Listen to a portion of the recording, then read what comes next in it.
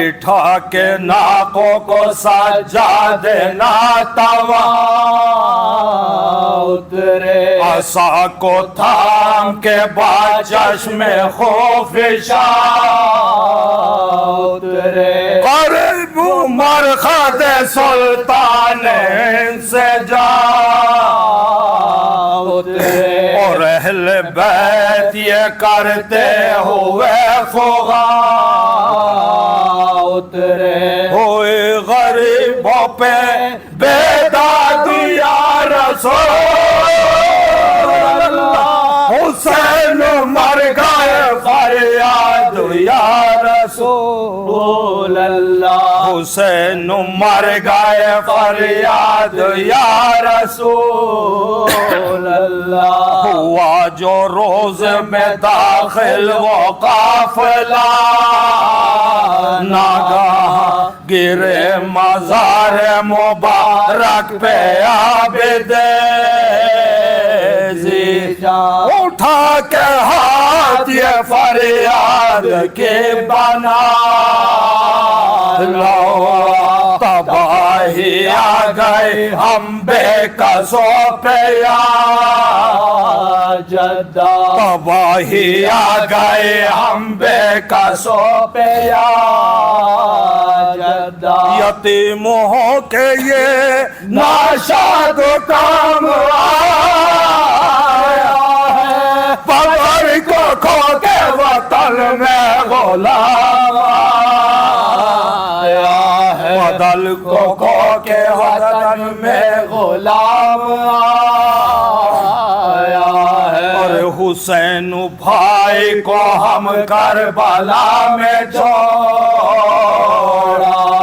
علی کے لال کو دشت بلا میں چھوڑا یتیم فاطمہ کو نینوا میں چھوڑا تمہارے چاند کو خاک شفا میں چھوڑا یہ بعد قتل عجب تفرقہ پڑا کڑا بدن رہی اور سر گڑا گڑا بدن کہی اور سر کہے گڑا بپا تھا یہاں تو ابھی ماتا میں شہے کہ یہ قیامت بروا بپا ہوئی ایک بار کہ یہ قیامت کبرا بپا ہوئی ایک بار سنبھال فاطمہ صغرا کو عورتیں دو چار وہ اپنا پیٹ داخل ہوئے بحالت ذات پکارتے تھے شاہ مشرق کو یہ کیا غضب ہوا کس نے حسین کو مارا یہ کیا غضب ہوا کس نے حسین کو مارا سنی جو رانڈوں نے ماتم کے جوش میں یہ صدا پہاڑ پچھاڑے کھانے لگی خاک پر بدرد بکا ہوا یہ شور کے ہائے ہائے شہید تیغ جفا تڑپ تڑپ کے پکاری یہ فاطمہ صغرا تڑپ تڑپ کے پکاری یہ فاطمہ صغرا دکھائی دیتا ہے سب گھر لوٹا ہوا لوگوں اے میرے پدر کو اے میرے پدر میرے تم میں سے کیا ہوا لوگوں کہاں ہے صاحب بھیا میرا علی اکبر کہاں ہے چھوٹا مسافر میرا علی اصغر کہاں ہے مولانا محمد وہ بے کلا جگر بتاؤ قاسم عباس نامور ہے کدھر قریب مرگ ہو غم سے میں خستہ تر لوگوں کہاں ہے بال سکینہ میرے بہن لوگوں کہاں ہے بال سکینہ میرے بہن لوگوں پکاری کوٹ کے چھاتی ہے بانوے ناشا جگر خراش ہے بے بے حسین کے رودا مرانڈ ہو گئے زہرا کا گھر ہوا برباد رہا نہ کن میں باقی کوئی بجو سجا رہا نہ کن میں باقی کوئی بجو سجا عذب حادثہ ہم پر گزر گیا سورا پیسر بھی مر گئے وارث بھی مر گیا زہرا پیسر بھی مر گئے وارث بھی مر گیا زہرا وطن میں جب گئے اسیروں کا کارواں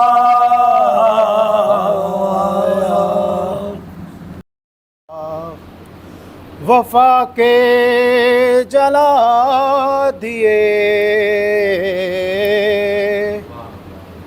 عباس نے چراغ وفا کے جلا دیے اور دل سے نہیں عمل سے ثبوت وفا دیے دل سے نہیں عمل سے وہ ثبوت وفا دیے اور کس سے زمانہ سیکھے گا اب سنت وفا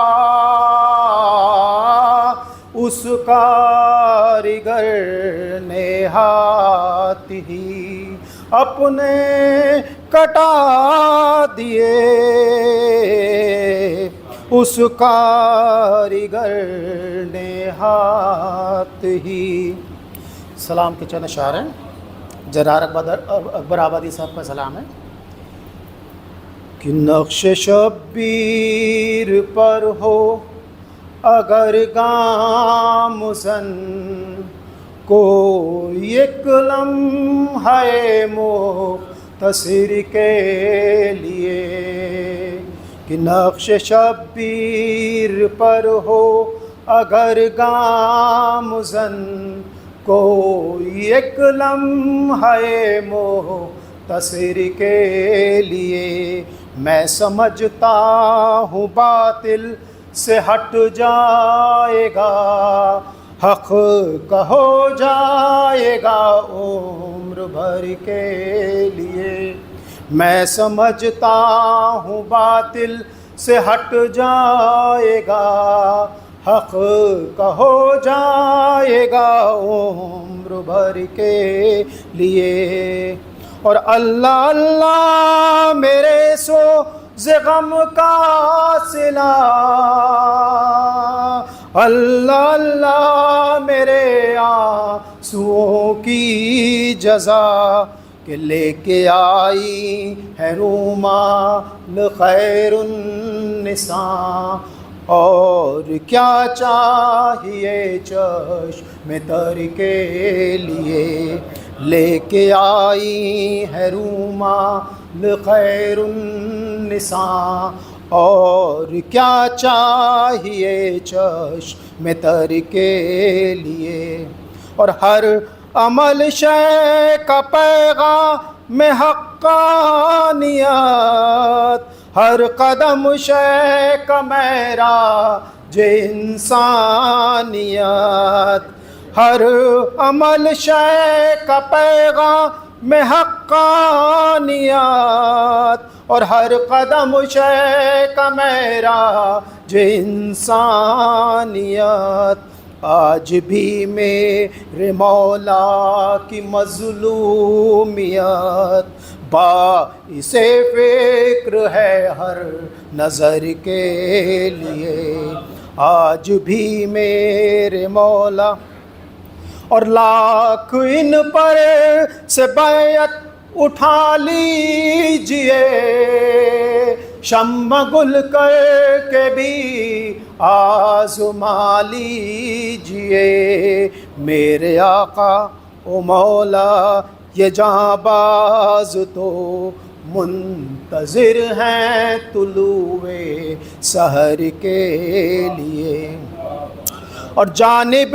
نور حقانیت چل دیا، ظلمت کفر سے حر یہ کہتا ہوا، جانب نور حقانیت چل دیا، ظلمت کفر سے حر یہ کہتا ہوا کہ گھپ اندھیرے میں آنکھوں سے کیا فائدہ، روشنی چاہیے دی دور کے لیے، گھپو اندھیرے میں آنکھوں سے کیا فائدہ، روشنی چاہیے دی دور کے لیے، اور آئے ہوں گے مدد کو جو عباس کی ناز سے کہہ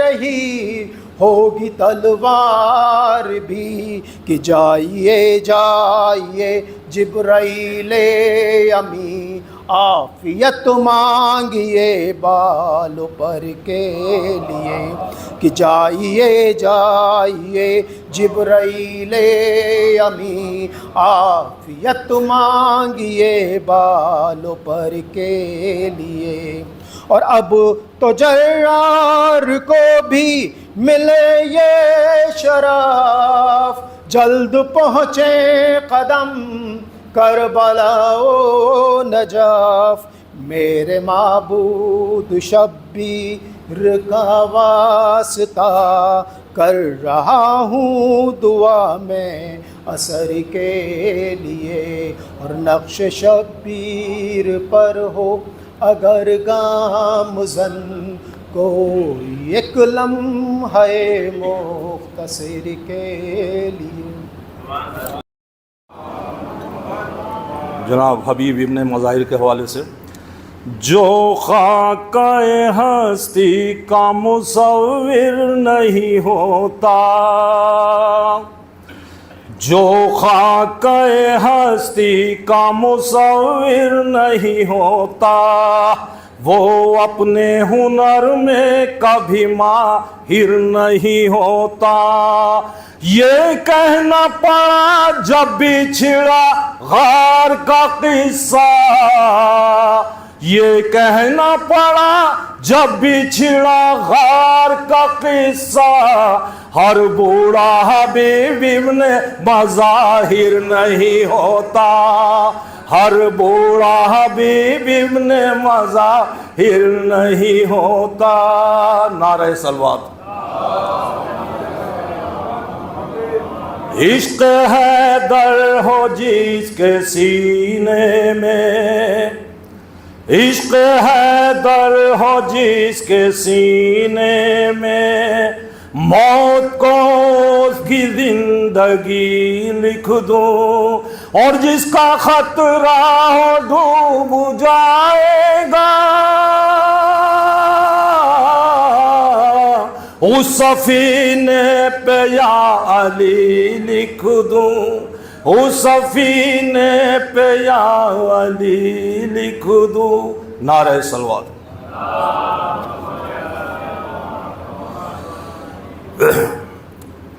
یا خدا گھر سے جب قدم نکلے، یا خدا گھر سے جب قدم نکلے، کربلا جا کے میرا دم نکلے، کربلا جا کے میرا دم نکلے، اپنے بچوں کی زندگی مانگو، جب بھی عباس کا علم نکلے، جب بھی عباس کا علم نکلے۔ شعر دیکھیے گا، اور یوں تو 9 لاکھ تھے سپاہی رباب، یوں تو 9 لاکھ تھے سپاہی رباب، تیرے اصغر کے آگے کم نکلے، تیرے اصغر کے آگے کم نکلے، اور صبح عاشور یہ کہتے چلے، صبح عاشور یہ کہتے چلے، آجو ہم بھی سوئے ارم نکلے۔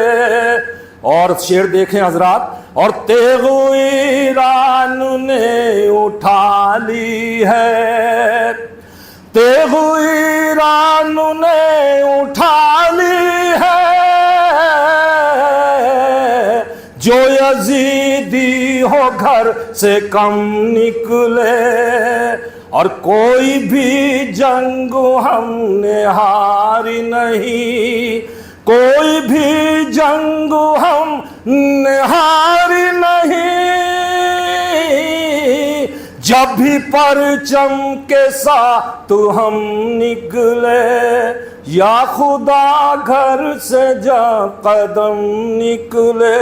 نعرہ صلوات۔ جناب قبلہ اقوام سے گزارش ہے کہ وہ زیر منبر۔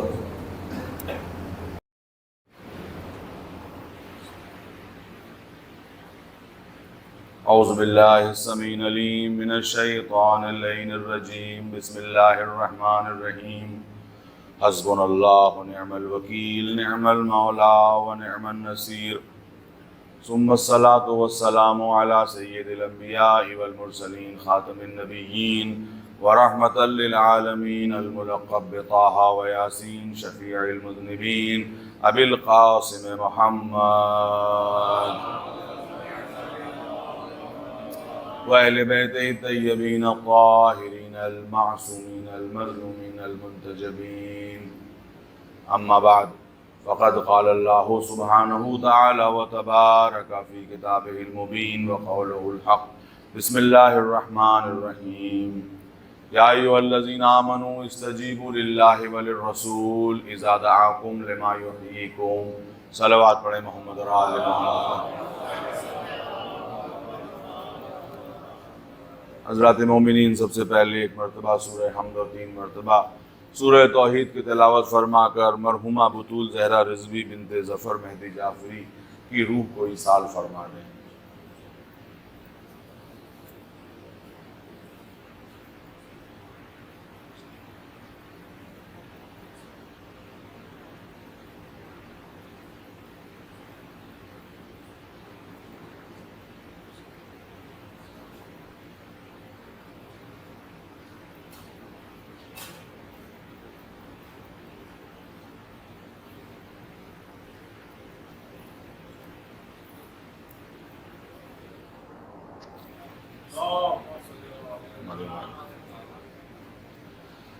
حضرات مومنین، گو کہ اب میرے لیے بہت زیادہ گنجائش نہیں بچی ہے، اور میرے علم کے مطابق یہاں پر 12:45 پر اذان ہوتی ہے، کیوں حضور؟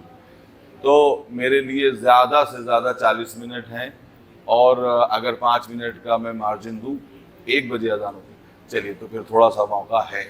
ایک مرتبہ مل کے صلوات پڑھیں محمد اور آل محمد پر۔ بہرحال اس صورت میں بھی سلسلہ بیان زیادہ سے زیادہ 50 منٹ جاری رہ سکتا ہے، کیونکہ 5 منٹ پہلے ہم کو مجلس کو ختم کرنا ہوگا۔ تو میرے دوستو،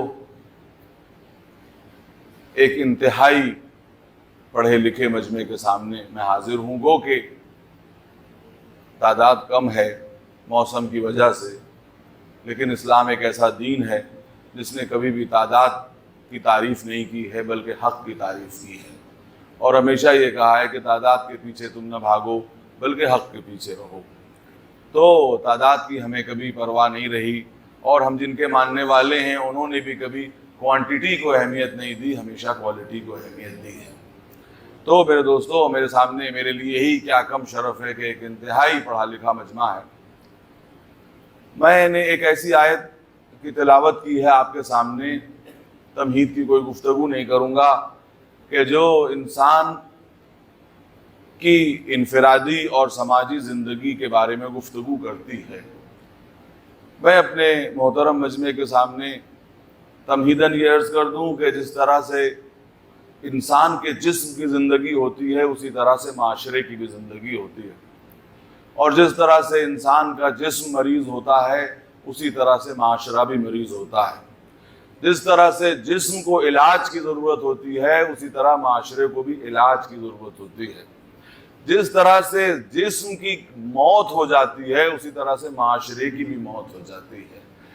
جسم کے معالج کو ڈاکٹر کہتے ہیں، معاشرے کے معالج کو مصلح کہتے ہیں۔ اور یاد رکھیے کہ قرآن نے بھی جس طرح جسم کی زندگی کی اہمیت کو قبول کیا ہے اسی طرح معاشرے کی زندگی کی اہمیت کو بھی قبول کیا ہے، اور آپ کو صرف آپ کی انفرادیت کے لیے پیدا نہیں کیا بلکہ معاشرے کے لیے پیدا کیا۔ صرف جس کی زندگی صرف فرد تک سمٹ جائے، اپنے آپ تک سمٹ جائے، وہ حیوان ہو سکتا ہے، وہ انسان نہیں ہو سکتا۔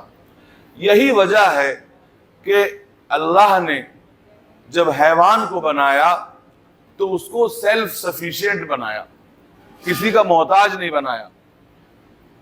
جب کسی کا وہ محتاج نہیں ہے تو وہ کسی کا قرضدار بھی نہیں ہے۔ جب قرضدار نہیں ہے تو اسے کسی قرض کو ادا بھی نہیں کرنا، کوئی ذمہ داری بھی نہیں نبھانا۔ میں بات واضح کر دوں تاکہ نوجوانوں تک پہنچ جائے۔ میرے سامنے میری بائیں طرف کچھ نوجوان چہرے مجھ کو نظر آ رہے ہیں کہ حیوان جب پیدا ہوتا ہے تو انسان سے کہیں بہتر پوزیشن میں ہوتا ہے۔ چیٹی کا بچہ انڈے سے نکلتے ہی چلنے لگتا ہے، مچھلی کا بچہ انڈے سے نکلتے ہی تیرنے لگتا ہے، مرغی کا بچہ انڈے سے نکلتے ہی دانے پر چونچ مارنے لگتا ہے۔ اس کے معنی یہ ہے، اور تمام حیوانوں کے بچے پیدا ہونے کے بعد ہی اپنے پیروں پر کھڑے ہو جاتے ہیں۔ یہ حضرت انسان جو بہت مضبوط ہیں، بہت قوی ہیں، جو کل بڑے ہو کر ایٹم بم بنانے والے ہیں، انسانیت کو خطرے میں ڈالنے والے ہیں، یہ اتنے کمزور ہیں کہ اگر ماں باپ تھوڑی دیر ان سے غافل ہو جائے پیدا ہونے کے بعد تو اپنی زندگی کو چند لمحوں بھی نہیں چلا سکتے۔ کتنے کمزور ہیں، کتنے کمزور ہیں، اتنے کمزور پالنے والے، اتنے مضبوط، جو اتنا مضبوط ہونے والا ہے اس کو اتنا کمزور کیوں بنایا؟ کہا کہ دیکھو ان کو سیلف سفیشینٹ اس لیے بنایا کہ ان کے اوپر کوئی ذمہ داری نہیں ہے۔ ہم نے تمہیں اس لیے محتاج بنایا، تمہیں کمزور اس لیے بنایا کہ سماج سے تمہارا رشتہ مضبوط ہو جائے۔ جب ماں تمہیں کلیجے سے لگا کے تمہاری غذا کا انتظام کرے تو پتہ چلے ماں کیا ہوتی ہے۔ جب باپ پسینے سے رزق کما کے لا کے دے تو پتہ چل جائے کہ باپ کیا ہوتا ہے۔ جب دادا انگلی پکڑ کے چلنا سکھا دے تو پتہ چل جائے کہ دادا کیا ہوتا ہے۔ جب پڑوسی زبان سکھائیں تو پتہ چل جائے کہ پڑوسی کیا ہوتے ہیں۔ جب اعزاء و اقربا آداب سکھائیں تو سمجھ میں آ جاتا ہے کہ اعزاء اور اقربا کیا ہوتے ہیں۔ دیکھو تم سب کے قرضدار ہو، جب کچھ بن جانا تو اس قرض کو ادا کر دینا، یعنی دوسروں کا ہاتھ بھی پکڑنا اس طرح جس طرح انہوں نے تمہارا ہاتھ پکڑا تھا۔ صلوات پڑھیں محمد اور آل محمد پر۔ تمہاری کمزوری میں سماج سے تمہارے رشتے کی مضبوطی چھپی ہوئی ہے۔ یہ کیوں ایک بچہ ماں کی قبر پہ جا کے آنسو بہاتا ہے؟ اینیمل کو اپنی ماں سے کوئی دلچسپی نہیں۔ ممکن ہے کوئی بچہ یہ کہہ دے کہ دیکھیے گائے بھی تو اپنے بچے سے بڑی محبت کرتی۔ میں نے کہا ہاں، لیکن وہ محبت غریزہ ہے، انسٹنکٹ ہے۔ جیسے ہی وہ بچہ اس کے دودھ سے آزاد ہو جاتا ہے، ماں ادھر چلی جاتی ہے، بچہ ادھر چلا جاتا ہے، نہ ماں کو بچے سے کوئی دلچسپی، نہ بچے کو ماں سے کوئی دلچسپی۔ غور فرمایا آپ نے؟ تو کوئی رشتہ نہیں ہے۔ ان رشتوں کو مضبوط کرنے کے لیے خدا نے انسان کو کمزور بنایا تاکہ سماج سے تمہارا رشتہ مضبوط ہو جائے۔ کہیں ایسا نہ ہو کہ دیکھو تم پہلے بھی محتاج تھے، تم بعد میں بھی محتاج ہو گئے۔ تم پہلے جب تمہارے ہاتھ پیر نہیں چل رہے تھے، تم اتنے کمزور تھے، ہاتھ تھے مگر کام نہیں کر سکتے تھے، پیر تھے مگر زمین پہ ٹکتے نہیں تھے، سر تھا مگر گردن پہ سنبھلتا نہیں تھا، ذرا سا سانس میں پرابلم آ گئی تو فوراً تمہارے لیے مشین لگائی گئی، جانور کے لیے یہ سب نہیں کیا گیا۔ اور دیکھو ایک دن ایسا آئے گا کہ تم پھر اسی کمزوری کی طرف پلٹ جاؤ گے۔ اگر تم نے معاشرے سے کنارہ کشی کی تو یاد رکھو مرنے کے بعد چار کندھے بھی تمہیں اسی معاشرے کے ضروری ہوں گے جو تم کو تمہاری آخری منزل تک پہنچا دیں۔ اب اگر تم نے ان کا دل دکھایا ہوگا تو لے تو جا رہے ہوں گے لیکن دل ہی دل میں کوس رہے ہوں گے، لیکن ہاں اگر تم سماج کے لیے بھی جیے ہوگے تو یاد رکھنا کہ وہ لے بھی جا رہے ہوں گے اور ان کے دل تمہارے لیے آنسو بہا رہے ہوں گے۔ یاد رکھو غذا کھا لینا جسم کی حیات کی علامت ہے، لیکن کھلا کے کھانے میں جسم بھی زندہ رہ جائے گا، معاشرہ بھی زندہ رہ جائے گا۔ معاشرے کی ذمہ داری کو قبول کرو۔ تو میرے دوستو، جس طرح سے جسم کی زندگی کے کچھ اصول ہیں اسی طرح سے معاشرے کی زندگی کے بھی کچھ اصول ہیں۔ جسم کی زندگی کے اصول ماشاءاللہ ڈاکٹر صاحب تشریف فرما ہیں، اور بھی ڈاکٹر صاحبان موجود ہیں کہ جو جانتے ہیں، اور آج ماشاءاللہ پبلک اویئرنیس اتنی ہو گئی ہے کہ ہر انسان جانتا ہے کہ صبح کی سیر کرنا صحت کے لیے بہتر ہے، ہر انسان یہ جانتا ہے کہ جو ہے وہ دوڑ لگانا صحت کے لیے بہتر ہے، ہر انسان یہ جانتا ہے کہ چکنائی کم کھانا صحت کے لیے بہتر ہے۔ حضور یہ تو معلوم ہے، لیکن سماج کی صحت کے لیے بھی کچھ اصول ہیں، اور میں نے جیسا کہ پچھلی مجلس میں عرض کیا تھا کہ بہتر اور ہیلدی سماج کے لیے جاہل کا خاموش رہنا ضروری ہے، عالم کا بولنا ضروری ہے۔ سماج کی صحت کے لیے قانون کی بالادستی ضروری ہے تاکہ مضبوط کمزور کو دبا نہ سکے۔ سماج کی بہتری کے لیے یہ ضروری ہے کہ دینے والا دینے میں تکبر نہ کرے، لینے والا لینے میں شرم نہ کرے، اس لیے کہ اللہ نے اس کا حق قرار دیا ہے۔ وہ بھیک نہیں لے رہا ہے بلکہ حق لے رہا ہے۔ تو میرے دوستو، ایک سماج کی حیات کے لیے ایک جملہ زیارت وارثہ میں بھی چھپا ہوا ہے۔ آپ دیکھیے یہ سماج کی حیات ہے، اور اس کے بعد میں انسانی زندگی کی طرف بھی آتا ہوں۔ زیارت وارثہ میں کون سا جملہ ہے؟ جب آپ امام حسین کی تمام کوالٹیز کو بیان کر دیتے ہیں تو آخر میں کیا کہتے ہیں؟ جہاں پہ کہتے ہیں یا لیتنی کنت معکم فافوز معکم، یہ بھی دیکھیے قرآن کا جملہ ہے۔ دیکھیے یہ بھی سماج کی زندگی کے لیے ضروری ہے۔ ہم نہیں تھے لیکن ہمارے دل میں تمنا ہے کہ کاش ہم بھی آپ کے ساتھ ہوتے تو اتنی بلند کامیابی کو حاصل کر لیتے۔ تو وہاں پہ وہ جملہ کیا ہے؟ لعن اللہ امتا قتلت کا، لعنت ہو اس امت پر جس نے آپ کو قتل کیا۔ لعن اللہ امتا ظلمت کا، اس امت پہ لعنت ہو جس نے آپ پر ظلم کیا۔ اور اس کے بعد خدا کی قسم کیا قیامت کا جملہ ہے، لعن اللہ امتا سمعت بذالک فرضیت پہ، اس امت پر بھی لعنت ہو جس نے ظلم کو سنا اور اس پر راضی ہو گئی۔ معلوم یہ ہوا کہ ظلم کو سن کر اس پر راضی ہو جانا یہ سماج کی موت کی علامت ہے، زندگی کی علامت نہیں ہے۔ صلوات پڑھیں محمد اور آل محمد پر۔ اور ہم اس شہر علی گڑھ میں بیٹھے ہوئے ہیں کہ جہاں پر جب سماج کو مرض لاحق ہوا تو ایک مسئلے اٹھا سر سید احمد خان کہ جنہوں نے ایک علاج تشخیص کیا۔ دیکھیے یہ بھی ہے کہ اگر پیتھولوجی اچھی نہ ہو اور تشخیص صحیح نہ ہو تو علاج بھی صحیح نہیں ہوگا۔ تو انہوں نے ایک علاج تجویز کیا، اور بحمداللہ بہت سے لوگ بیٹھے ہوئے، ہم سب بیٹھے ہوئے ہیں، اس علاج اور اس ثمرے کو ہم استعمال کر رہے ہیں، اس کو محسوس کر رہے ہیں۔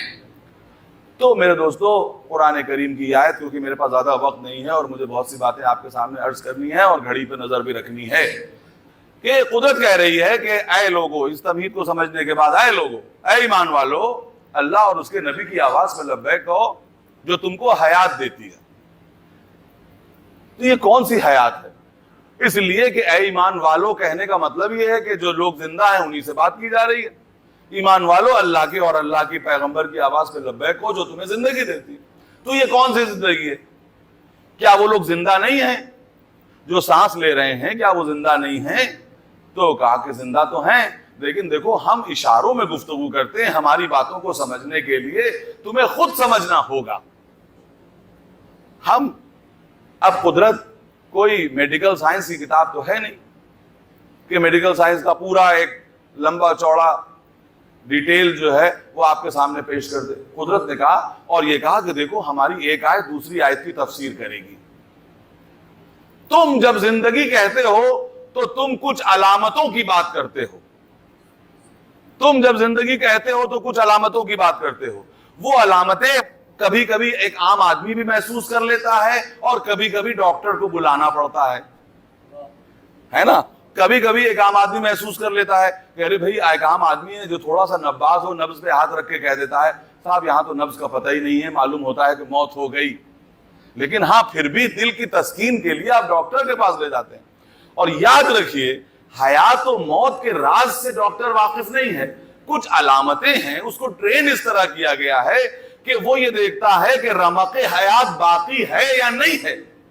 اگر رمق حیات باقی ہے تو وہ صحت مند کر سکتا ہے, اگر رمق حیات باقی نہیں ہے, مردہ ہو چکا ہے, تو پھر وہ کچھ کر نہیں سکتا. ڈاکٹر کا رول ختم ہو جاتا ہے. اور وہ علامتیں کیا ہیں وہ مجھ سے بہتر آپ جانتے ہیں کہ ٹارچ آنکھوں میں لگاتے ہیں, سینے پر قلب پہ آلہ رکھتے ہیں, دھڑکن ہے کہ نہیں, رگوں میں خون جاری ہے کہ نہیں, یہ تمام چیزیں زندگی کی علامتیں ہیں. مگر قدرت نے کہا غور کرو, ذرا سا غور کرو کہ یہ جتنی زندگی کی علامتیں تم نے قرار دی ہیں یہ تمام علامتیں جسمانی حیات کی ہیں جو انسانوں میں بھی پائی جاتی ہیں, حیوانوں میں بھی پائی جاتی ہیں, ہے نا. حیوانوں میں بھی خون گردش کرتا ہے, حیوانوں میں بھی دل دھڑکتا ہے, تو یہ حیوانی زندگی ہے, اس کی علامت ہے. لیکن دیکھو ہم جو یہاں گفتگو کر رہے ہیں زندگی کی, وہ کوئی ذرا بلند بات ہے, اس لیے کہ ہمارے یہاں صرف دل دھڑکنے کا نام زندگی نہیں ہے. کیونکہ ہم نے قرآن میں دوسری جگہ کہا ہے کہ جو میدان جنگ میں کٹی پھٹی لاشیں اللہ کی راہ میں مر گئی ہیں ان کو مردہ نہ کہنا بلکہ وہ زندہ ہیں اور اپنے رب کی طرف سے رزق پا رہی ہیں.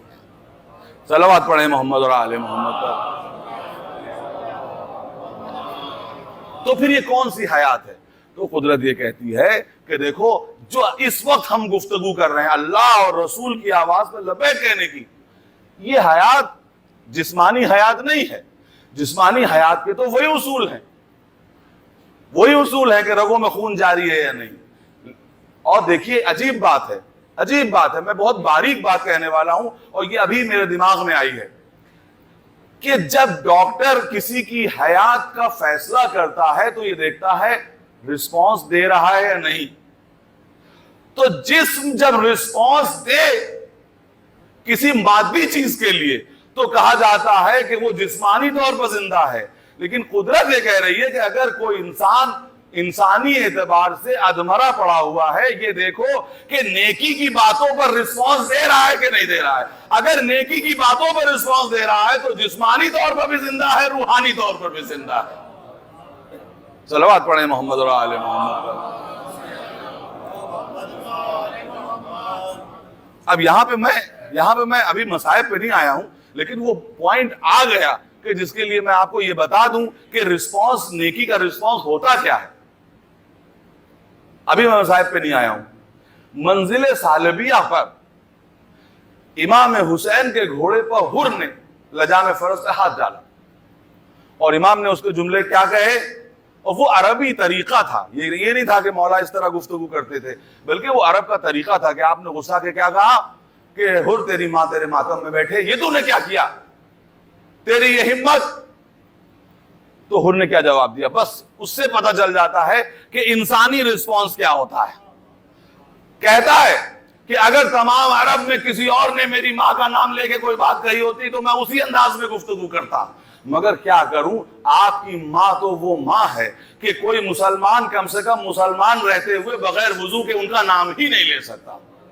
بس حسین نے دیکھ لیا کہ مجرم ہے مگر احساس جرم باقی ہے, ادمرا ہو چکا ہے گناہوں کے بوجھ سے مگر ابھی رسپانس کر رہا ہے. تو حسین جیسے مقناطیس نے صبح عاشور ہوتے ہوتے حر کو اپنے لشکر کی طرف کھینچ کے حیات جاوید عطا کر دی. صلوات پڑھیں محمد اور آل محمد. آپ نے دیکھا کہ ہیومن رسپانس کیا ہوتا ہے, ایک ہے جسم کا رسپانس کرنا, ایک ہے روح کا رسپانس کرنا. کہ جب تک آپ کی روح میں نیکی کی طرف آنے کی صلاحیت موجود ہے, آپ رسپونڈ کر رہے ہیں, اس وقت تک آپ زندہ ہیں. اگر یہ صلاحیت ختم ہو گئی تو قرآن نے آپ کے لیے ایک ڈیتھ سرٹیفکیٹ لکھا. وہ ڈیتھ سرٹیفکیٹ کیا ہے کہ دیکھو سماج میں بہت سے لوگ ہیں جو اپنی اپنی لاشیں اپنے کندھوں پہ لیے ہوئے گھوم رہے ہیں. وہ کون لوگ ہیں؟ وہ وہی ہیں کہ جن کے اوپر نیکیاں اثر ہی نہیں کرتی. تو قرآن یہ کہہ رہا ہے میرے دوستو کہ حیات کی علامت یہ ہے کہ تم دیکھو اللہ اور اس کے نبی کی آواز پر کوئی لبیک کہتا ہے کہ نہیں کہتا. اگر لبیک کہنے کی ہے صلاحیت، اب دیکھیے اگر ڈیتھ ہو جائے تو کچھ نہیں کر سکتا، لیکن اگر رمق حیات باقی ہے تو پھر اللہ اور رسول اور ان کے نمائندے اس کو صحت دے سکتے ہیں. جیسے رمق حیات باقی ہو تو ڈاکٹر صحت دے سکتا ہے، اور اگر روحانیت میں رمق حیات باقی ہو تو میرے دوستو یہ روحانیت میں رمق حیات ہوتی کیا ہے؟ اب میں آپ کے سامنے ایک چھوٹی سی مثال دیتا ہوں، اور جلدی جلدی چونکہ گھڑی کے پر میری نظر ہوگی، کہ ایک حیات وہ ہے رگوں میں خون کا چلنا، دل کا دھڑکنا، ایک یہ حیات. ایک حیات اور ہے، دیکھیے دو حیاتوں کی میں بات کر رہا ہوں، ایک ہے معاشرے کی حیات اور ایک ہے انسانی حیات. اب میں انسانی حیات کی بات کر رہا ہوں. قدرت نے ہر انسان کے دل میں نور فطرت رکھا. یہ نور فطرت کیا ہے؟ کہ فطری طور پر وہ نیکی سے محبت کرتا ہے، برائی سے نفرت کرتا ہے، فطری طور پر. آپ بتائیے، اب کہیں گے آپ مثال کیا ہے، تو ہم کہیں گے سامنے کی مثال ہے. چھوٹا بچہ فطری طور پر سچ بولتا ہے، جب سکھایا جاتا ہے تب جھوٹ بولتا ہے نا؟ حضور ہوتا ہے کیا؟ جھوٹ ہم کہاں سے سیکھے؟ کہا پیدا ہونے کے بعد معاشرے سے سیکھے. جب پیدا ہوئے تھے تو سچ بولتے تھے، پھر وہ کیفیت آتی ہے کہ بچہ اتنا نادان ہوتا ہے کہ دروازے پہ جا کے کہتا ہے پاپا کہہ رہے ہیں کہ پاپا نہیں ہے گھر میں. تو آپ نے دیکھا کہ یہاں جھوٹ بولنے میں بھی اس نے سچ بولا. یا اور اس کی مثال ہے کہ جب کوئی مجرم پہلی دفعہ جرم کرنے جاتا ہے تو کتنا ہی بڑا مجرم کیوں نہ ہو، کتنا ہیبیچول مجرم کیوں نہ ہو، لیکن جب پہلی دفعہ جاتا ہے تو اس کے قدم کانپتے ہیں، اس کے ہاتھ تھر تھراتے ہیں. پہلا قتل کوئی پروفیشنل انداز میں نہیں کر سکتا، اس لیے کہ ایک نفس بیٹھا ہوا ہے. ایک چور قوی ہیکل کسی گھر میں کودتا ہے اور بچہ جیسے ہی روتا ہے بس سن کے بھاگ جاتا ہے. ارے صاحب آپ اتنے قوی ہیکل بچے کے رونے پہ بھاگ گئے. معلوم یہ ہوا کہ اوپر سے تو یہ چور ہیں مگر ان کے ضمیر میں ایک چور بیٹھا ہوا ہے جو کمزور ہے، جو مجرم ہے، احساس جرم. تو حضور میں اس کی ایک اور مثال آپ کے سامنے پیش کرتا ہوں. آپ صبح صبح اٹھ کے کسی بچے کو بغیر کسی خطا کے ایک تماچا مار دیجئے، اگر آپ صاحب شعور ہیں تو دن بھر یہ سوچتے رہ جائیں گے کہ میں نے اس کو ایسا کیوں کیا. اور کیا یہ کون کہہ رہا ہے آپ سے؟ یہ وہ نفس ہے جو آپ کے اندر بیٹھا ہوا ہے کہ جو آپ کو احساس ملامت کر رہا ہے. احساس گناہ میں آپ رات میں سو نہیں پائیں گے کہ میں نے بے خطا کو کیوں مارا. اب حضور ہوتا کیا ہے کہ جب جرم کرتے کرتے مجرمانہ زندگی میں ایک منزل وہ آ جاتی ہے کہ جہاں پر صرف جرم رہ جاتا ہے، احساس جرم مٹ جاتا ہے. وہ منزل وہ ہوتی ہے کہ جہاں قرآن اس کے لیے ڈیتھ سینٹنس لکھتا ہے کہ اب اس کے لوٹ کے آنے کی گنجائش نہیں ہے، کیونکہ جو رمق حیات تھی وہ ختم ہو چکی ہے. جب جرم رہ جائے احساس جرم مر جائے، جب خطا رہ جائے احساس خطا ختم ہو جائے، جب گناہ رہ جائے احساس گناہ مر جائے، اس موقع کے لیے قدرت کہتی ہے کہ چاہے یہ جسمانی طور پر زندہ ہو مگر روحانی طور پر یہ مر چکا ہے. صلوات پڑھیں محمد و آل محمد. غور فرما رہے ہیں آپ؟ تو قدرت یہ کہتی ہے کہ تمہیں زندگی دینے کے لیے ہم نے، جسمانی زندگی نہیں، تمہیں ہیومن لائف دینے کے لیے ہم نے نبیوں کا اور ائمہ کا سلسلہ ہے. یہ نبی جو آتے تھے کس حیات کے لیے آتے تھے؟ یہ آپ کی معاشرتی حیات کے لیے آتے تھے، سماجی حیات کے لیے آتے تھے، کیونکہ سوسائٹی کی زندگی بھی اتنی ہی ضروری ہے حضور جتنی فرد کی زندگی ضروری ہے. فرد اکیلے زندگی نہیں گزار سکتا جب تک معاشرہ نہ ہو، اور معاشرے کے لیے لوگوں کے دل و دماغ میں دیکھیے قدرت، اسی لیے پیغمبر نے کیا فرمایا؟ اب پیغمبر کی حدیث سنیے کہ جو انسان مسلمان صبح اٹھے اور اس کے دل و دماغ میں اپنے بیوی بچوں کے علاوہ کسی اور کا خیال ہی نہ ہو، میں اسے مسلمان ماننے پر تیار نہیں. اس لیے کہ آپ کے دل و دماغ میں کہیں کچھ تو ہو، اپنی سوشل رسپانسبلٹی تو پوری کریں. جتنی عبادتیں ہیں اسلام میں وہ سب سماج کے لیے. نماز کیوں ہے؟ تاکہ ہم کو عدل و مساوات کا سبق پڑھایا جا سکے، آپ جماعت کے ساتھ ادا کیجیے. کوئی انسان یہ کہے کہ میں تو بہت ہی اللہ کا نیک صالح بندہ ہوں، اپنے گھر کے اندر بیٹھا ہوا ہوں، تو ایسا نیک صالح جو اپنے گھر کے اندر بیٹھا رہے اور اپنی سماجی ذمہ داریوں کو چھوڑ بیٹھے، تو اسلام اسے اچھا مسلمان ماننے پر تیار نہیں ہے۔ مزاج بہت نازک ہے میرے دوستو، اسلام کا بہت نازک ہے۔ حیوانیت یہ ہے کہ بھوک لگی اور کھا لیا، یہ نہیں دیکھا کہ حلال کیا ہے، حرام کیا ہے، یہ کیا ہے، وہ کیا ہے، سب بیکار کی باتیں ہیں۔ اور جب کسی جانور کو پکڑا جاتا ہے تو ہرجانہ جانور سے نہیں وصولا جاتا، انسان سے وصولا جاتا ہے، اس لیے کہ یہ صاحب شعور ہیں۔ اب حضور آپ نے اپنے ماتھے کے پسینے سے رزق حاصل کیا، متوجہ رہیے، رزق حاصل کیا اور اس کے بعد آپ اسے لے کے گھر میں آئے۔ پہلے تو دیکھیے دین، اب دنیا آج کی ماڈرن دنیا یہی کہتی ہے کہ صاحب دین دیکھیے، دین کیا دے رہا ہے، دین تو نفرت سکھا رہا ہے، دین تو جو ہے وہ خون بہانا سکھا رہا ہے۔ لیکن میں آپ سے بتاتا ہوں کہ کون سا دین، جو رسم و رواج میں ڈوبا ہوا دین ہے وہ نفرتیں سکھاتا ہے، لیکن اگر آپ دین کو دین کے سورس سے حاصل کریں گے تو وہ نفرتیں نہیں، محبتیں سکھاتا ہے۔ آپ اپنی محنت کی کمائی لے کے گھر میں آئے، پہلی بات تو دین یہ بتانا چاہتا ہے، دین کا سول مقصد یہ ہے کہ آپ اپنی محنت کی کمائی میں دوسرے کا حق قبول کرنے پر تیار ہو جائیں، آپ کچھ دینے پر تیار ہو جائیں۔ دیکھیے اینیملٹی یہ ہے کہ اینیمل صرف لے سکتا ہے، ہیومن حیات اس کے اندر تب آئے گی جب وہ کچھ دینے پر تیار ہو جائے، کہ ہاں اس میں چھوٹا سا شیئر صحیح، چھوٹا سا حصہ صحیح، لیکن وہ دے سکے۔ اور میرے دوستو، جب وہ دسترخوان پر بیٹھا، اپنے حلال رزق کے لیے دسترخوان پر بیٹھا اور اس نے نوالا اٹھایا اور ابھی اپنے منہ تک لے جا رہا تھا، اسلام آواز دیتا ہے کہ دیکھو بس ایک آخری منزل رہ گئی ہے، اس کے بعد کھا لینا۔ اور وہ کون سی آخری منزل ہے؟ کہ جیسے ہی تم نوالا لے کے منہ تک لے جا رہے ہو، یہ دیکھ لینا کہ کہیں تمہارا پڑوسی بھوکا تو نہیں ہے۔ یہ تمہاری سماجی رسپانسبلٹی ہے۔ دیکھو اگر پڑوسی بھوکا رہ گیا اور تم شکم سیر ہو کے کھا کے بیٹھ گئے تو تم دنیا کی نظر میں تم سرکاری اعتبار سے مسلمان ہوگے، حقیقی اعتبار سے مسلمان نہیں ہو سکتے۔ صلوات پڑھیں محمد اور آل محمد۔ یہ معاشرتی زندگی ہے کہ معاشرے کا زندہ ہونا لازم ہے، حضور ضروری ہے۔ اگر معاشرہ زندہ نہیں ہوا تو فرد بھی ختم ہو جائے گا۔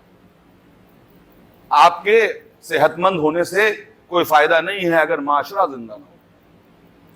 اور اسی لیے میں کہتا ہوں، جلدی سے کہہ کے آگے بڑھ جاؤں گا، کہ اسلام نے ایک لفظ کو بہت اہمیت دی ہے، بہت بلند کیا ہے۔ وہ کون سا لفظ ہے؟ شہید۔ شہید۔ اب یہ لفظ اتنا اہم ہو گیا کہ دنیا جب کسی کی زبردست اور قربانی کی موت کو یاد کرنا چاہتی ہے، اسے شہید کہہ دیتی ہے۔ ارے بھائی شہید تو ایک عربی لفظ ہے، آپ اپنے اس کے لیے اپنا اچھا لفظ بنائیے نا، تو کہیں گے جو معنی شہید میں ادا ہو جاتے ہیں وہ کسی میں ادا نہیں ہوتے۔ کیوں؟ یہ اسٹیٹس کیوں دیا شہید کو قدرت نے؟ آپ دیکھیے، متوجہ رہیے، سماج میں ہر فرد موجود ہے، سب کی ضرورت سماج کو ہے، سماج کو ٹیچر کی بھی ضرورت ہے، سماج کو ڈاکٹر کی بھی ضرورت ہے، سماج کو انجینئر کی بھی ضرورت ہے، مگر بس ایک چیز ہے جو شہید کو الگ کرتی ہے۔ وہ کیا؟ چاہے وہ سائنسداں ہو، چاہے وہ شاعر ہو، چاہے وہ معمار ہو، چاہے وہ ڈاکٹر ہو، چاہے وہ انجینئر ہو، سب سماج میں کام کرتے ہیں، مگر سب کو سماج میں امن و امان چاہیے، تب وہ اپنے ہنر کا مظاہرہ کریں گے۔ اگر سماج میں امن و امان ہی نہ ہو تو آپ بتائیے پھر کیسے اپنے ہنر کا مظاہرہ کیسے کریں گے؟ صاحب سول وار چل رہی ہے تو اس میں ہر انسان اپنے گھر میں بیٹھ جائے گا۔ اب ایسے موقع پر دیکھیے ہر انسان سماج کے امن کا محتاج ہے، لیکن قرآن نے شہید کو وہ منزلت اس لیے دی ہے کہ دیکھیے سب لوگ اس بات کے محتاج ہیں کہ سماج میں امن ہو۔ شہید وہ ہے جو اپنا خون دے کے سماج میں امن کو استوار کرتا ہے، ایسی فضا قائم کرتا ہے کہ جہاں لوگ اپنے فن کا مظاہرہ کر سکیں۔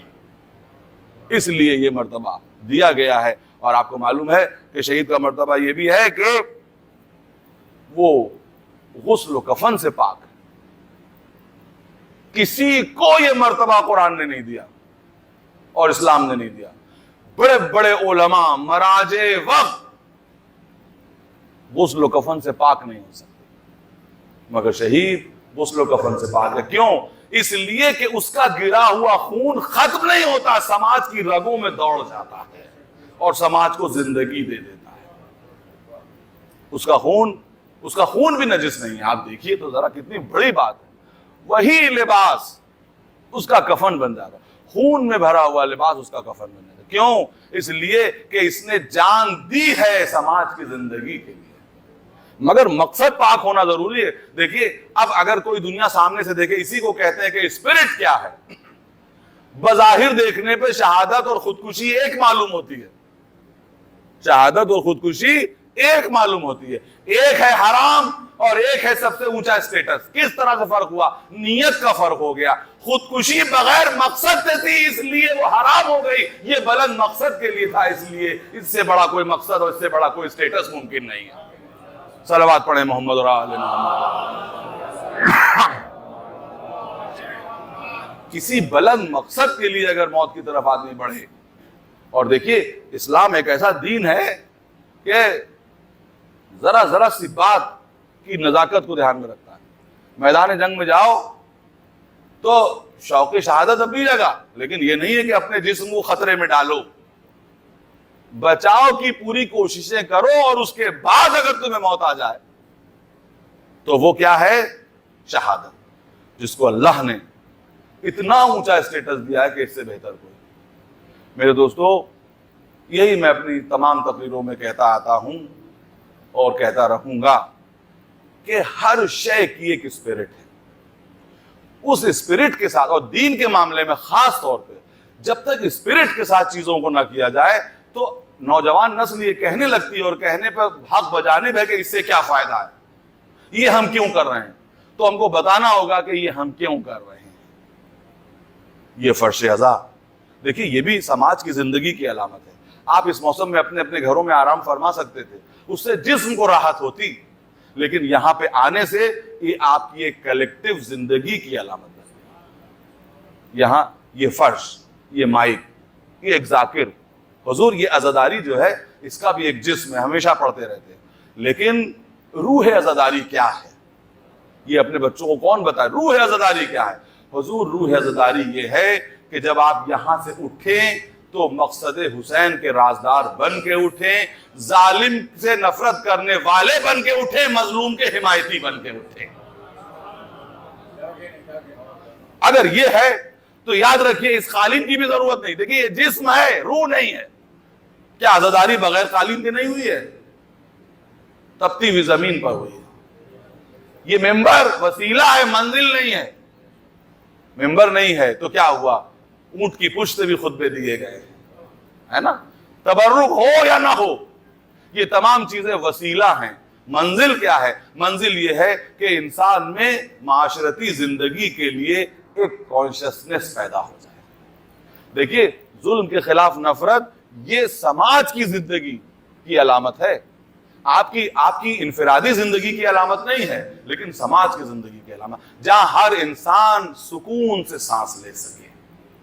میرے دوستو ہر شے، میرا جی چاہتا ہے کہ میں نے آپ سے ہمیشہ بہت سی مجلسیں یہاں پر پڑھی ہیں اور نماز اور روزے ہر ایک کی علت اور اسپرٹ بیان کی ہے۔ میرا جی چاہتا ہے کہ آج میں پرچم حضرت عباس کی اسپرٹ بیان کر دوں۔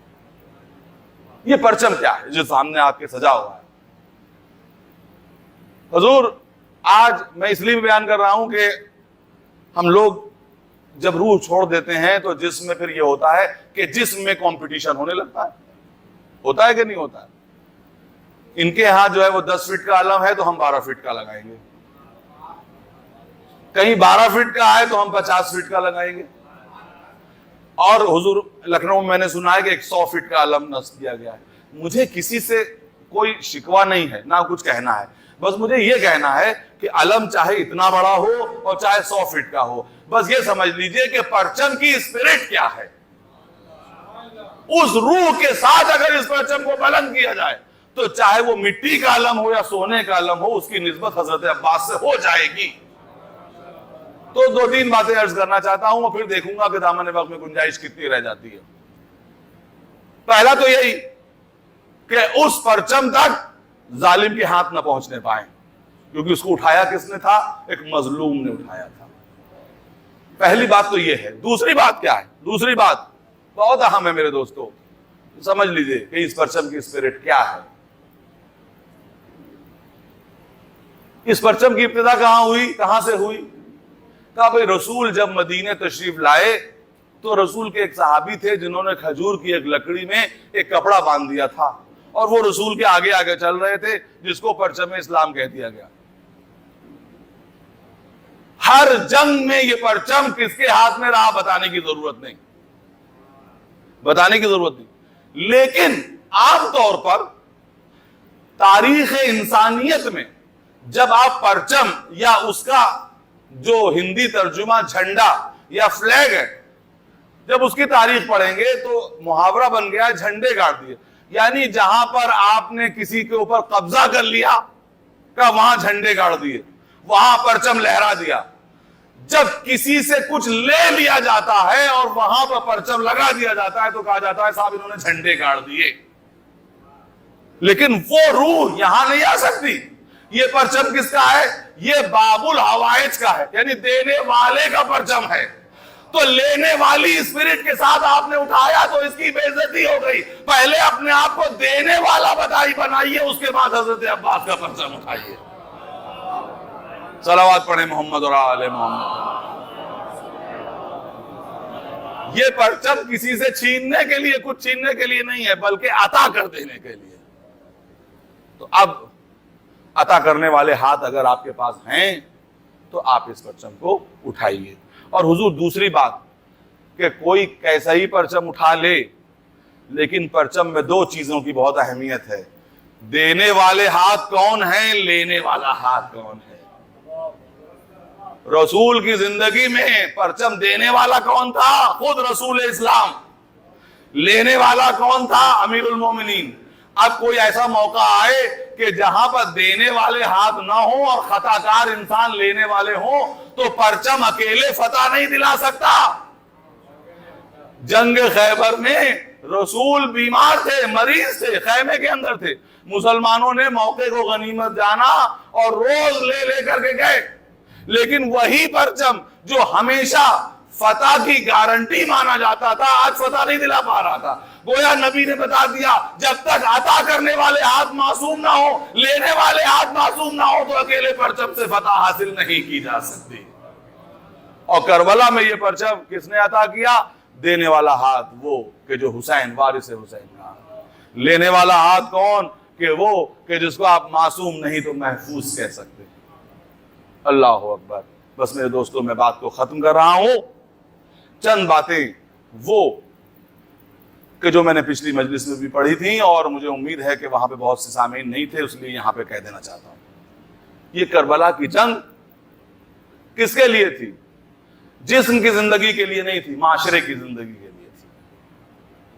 کربلا کے شہیدوں کا خون معاشرے کی رگوں میں دوڑ رہا ہے کہ آج تک اسلام زندہ ہے. اگر یہ کربلا کی جنگ نہ ہوتی تو نہ ہوتا. اور یہ جو حسین نے 72 ساتھی تلاش کیے تھے وہ بھی صرف جسمانی طور پر زندہ نہیں تھے, تنخواہ کے لیے لڑنے نہیں آئے تھے جیسے اور فوجوں آرمی کے فوجی ہوتے ہیں جو صرف تنخواہ کے لیے لڑتے ہیں. امام حسین کے ساتھی تنخواہ کے لیے نہیں آئے تھے, نہ مادیت کے لیے آئے تھے, بلکہ حمایت حسین کے لیے آئے تھے, حمایت دین کے لیے آئے تھے. میں آپ کی خدمت میں عرض کر دوں کہ جب حضرت عباس نے خود اپنی ایک رجز جہاں پہ آپ کی جو ہے وہ شان قلم کر دیے گئے تو آپ نے کیا فرمایا تھا رجز میں کہ تم نے میرے بازو قلم کر دیے مگر میں اپنے دین کی حمایت کرتا رہوں گا. کیا جملہ ہے کہ میں اپنے دین کی حمایت کرتا رہوں گا. یہ نہ سمجھنا کہ میں اپنے بھائی کی حمایت کر رہا ہوں, اپنے بھائی کی حمایت کر رہا ہوں اور اپنے دین کی حمایت کر رہا ہوں.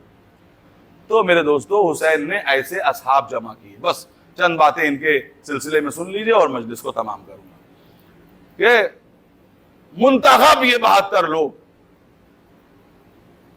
جنہوں نے اپنی راحت و آرام کو ترک کر دیا. کس کے لیے؟ تاکہ دین باقی رہ جائے.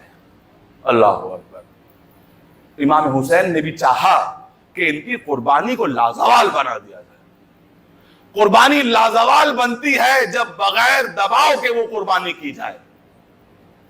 جانور کو آپ ذبح کر دیتے ہیں, وہ جانور کی قربانی نہیں ہوتی, اس بیچارے کو اختیار ہی کہاں ہے. قربانی اس کی کہلاتی ہے جو پیسے سے خرید کے لایا جانور، یعنی جس نے اختیار کے ساتھ قربانی دی۔ امام حسین نے چاہا کہ میرے دوستوں کی قربانی اختیار کے ساتھ ہو، اجباری قربانی نہ ہو، کوئی دباؤ نہ ہو۔ میں یہاں پر تاریخ کا ایک واقعہ آپ کے سامنے ایک ورق پلٹنا چاہتا ہوں۔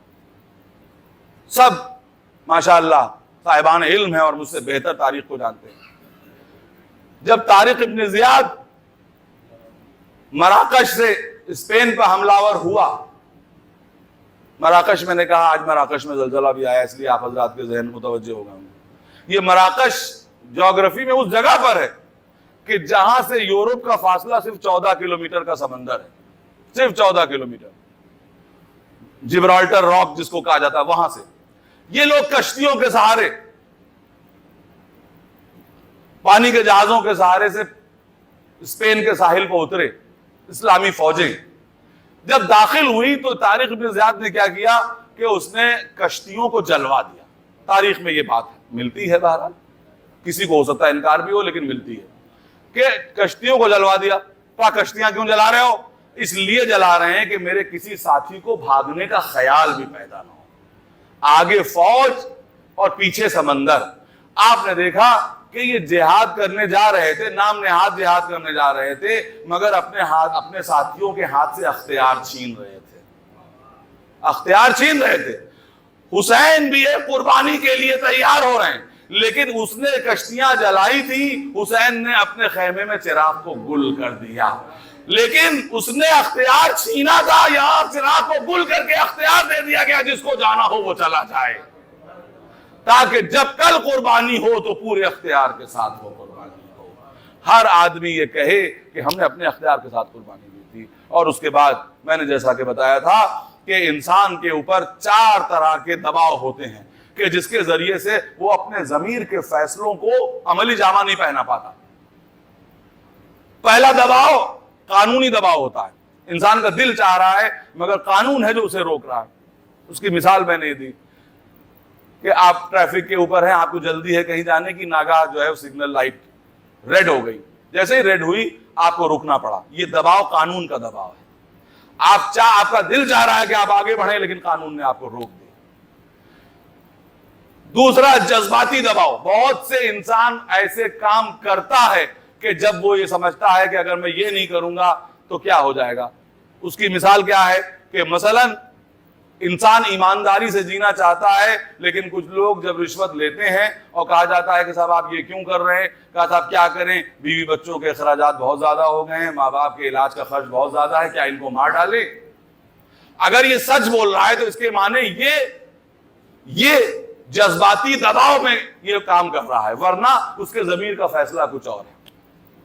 بہت سی اور چیزیں ہوتی ہیں، رسم و رواج ایسے ہوتے ہیں کہ جہاں انسان یہ معاشرتی دباؤ کہ رسم و رواج بہت سے ایسے ہیں کہ ہر انسان جانتا ہے کہ یہ غلط ہے، لیکن کیا کریں صاحب، سماج کیا کہے گا، معاشرہ کیا کہے گا۔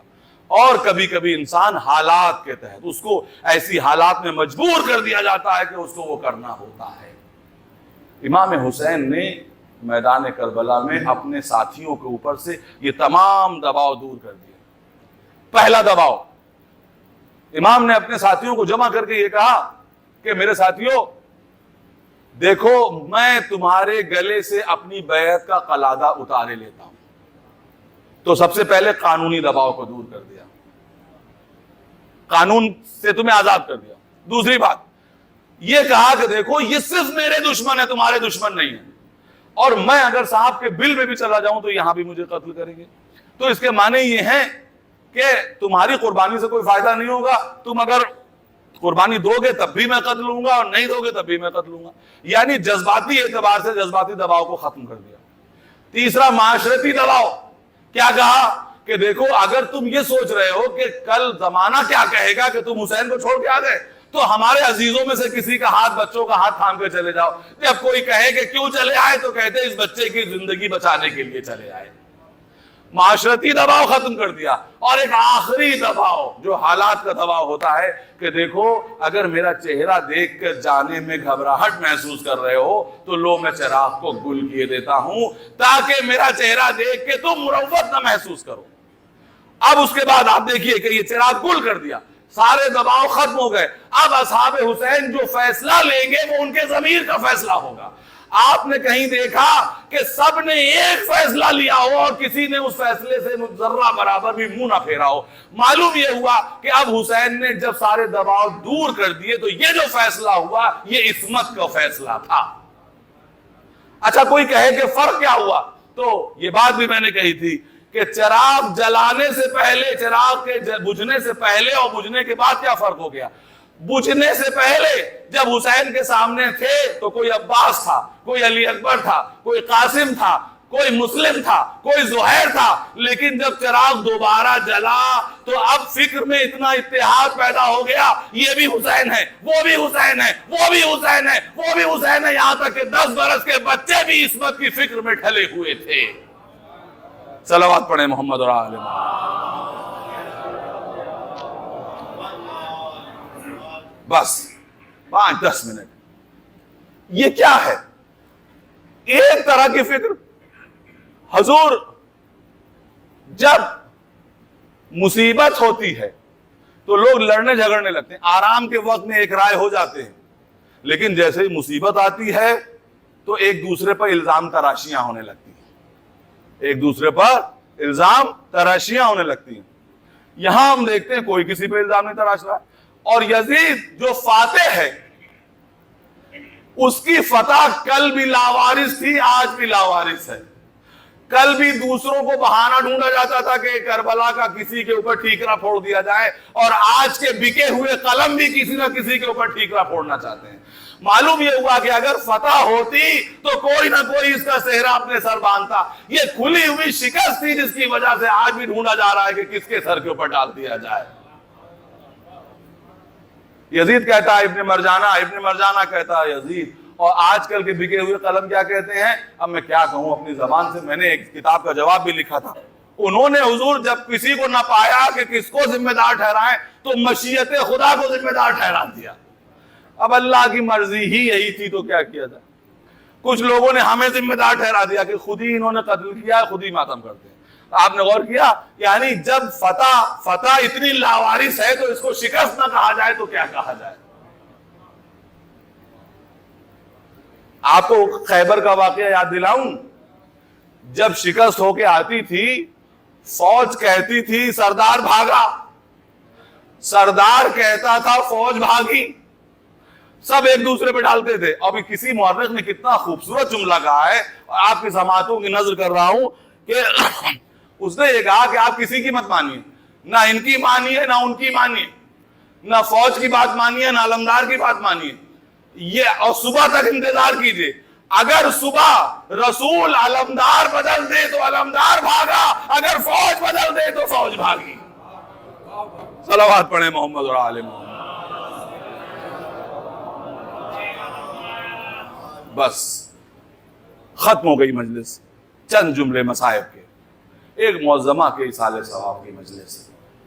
ٹیچر تھی. ٹیچر کون ہوتا ہے؟ سماج کا معمار ہوتا ہے. اگر سماج سے استاد کو ہٹا لیا جائے تو سماج میں کیا رہ جائے گا؟ صرف سماج میں حیوان اور بھیڑیے رہ جائیں گے. یہ جانوروں کو انسان کون بناتا ہے؟ استاد بناتا ہے. حضور یہی سلسلہ امامت بھی ہے، یہی سلسلہ رسالت بھی ہے. اللہ نے رسولوں کو بھیجا، اماموں کو بھیجا اس لیے نہیں کہ کافروں کو مسلمان بنایا جا سکے، اس لیے تاکہ حیوانوں کو انسان بنایا جا سکے. کربلا میں جنگ حیوانیت اور انسانیت کی تھی. امام حسین اسی لیے عورتوں اور بچوں کو بھی لے گئے تھے. کیوں؟ تاکہ پتہ چل جائے کہ یہ دشمن نہیں ہے، جانور ہے، حیوان ہے. دشمن اگر ہوتا صرف تو حسین کے قتل کے بعد دشمنی ختم ہو جاتی. مگر عزیزارو ہم یہ دیکھتے ہیں کہ چھوٹے چھوٹے بچے اسیر بنائے گئے، بیویوں کے سر سے چادریں چھینی گئیں. وہ بیویاں کہ جو کبھی جن کی سروں کو آفتاب نے بھی کھلا ہوا نہیں دیکھا تھا،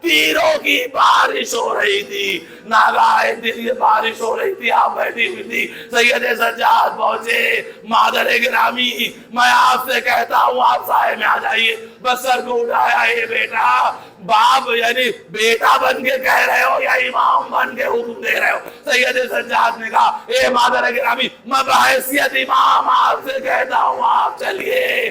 بس ایک مرتبہ اٹھی, لیکن اٹھ کے فوراً زمین پر گری. سید سجاد نے نفس پہ ہاتھ رکھا, اے پھوپھی اماں, ہماری ماں دنیا سے رخصت ہو گئی.